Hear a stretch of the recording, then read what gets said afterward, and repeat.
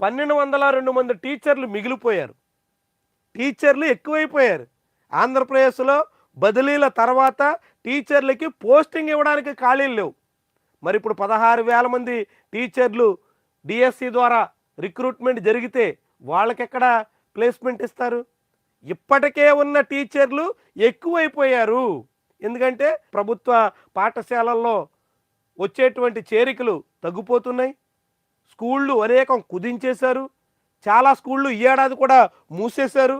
నారా లోకేష్ జగన్మోహన్ రెడ్డి హయాంలో తప్పుపట్టి ఆయన నేతృత్వం వహిస్తున్నటువంటి విద్యాశాఖలోనే అనేక స్కూళ్లలో తరగతుల విలీనం పేరుతో 9 రకాల స్కూళ్ల పేరుతో పాఠశాలల సంఖ్య తగ్గిపోతోంది.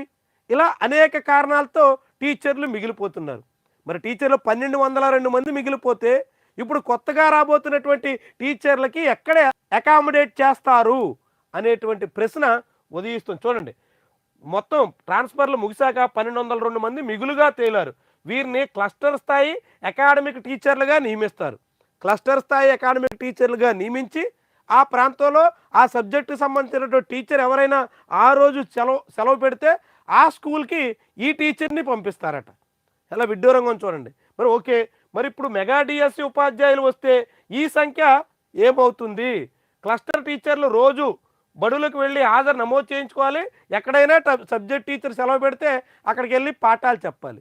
చాలా విడ్డూరంగా ఉంటుంది. ఇలాంటి టీచర్లు హయ్యెస్ట్ స్కూల్ అసిస్టెంట్లు, భాషా పండితులు 553 మంది ఎస్జిటీలు, 378 మంది స్కూల్ అసిస్టెంట్లు, 271 మంది భాషా పండితులు ఉన్నారు. ఉమ్మడి విజయనగరం జిల్లాలో అత్యధికంగా 279 మంది ఇలా మిగిలిపోయారు. అంటే విజయనగరం జిల్లాలోనే ఎక్కువగా స్కూళ్ళ విలీనం జరిగింది అని ఈ నెంబర్ మనకి చెప్తుంది.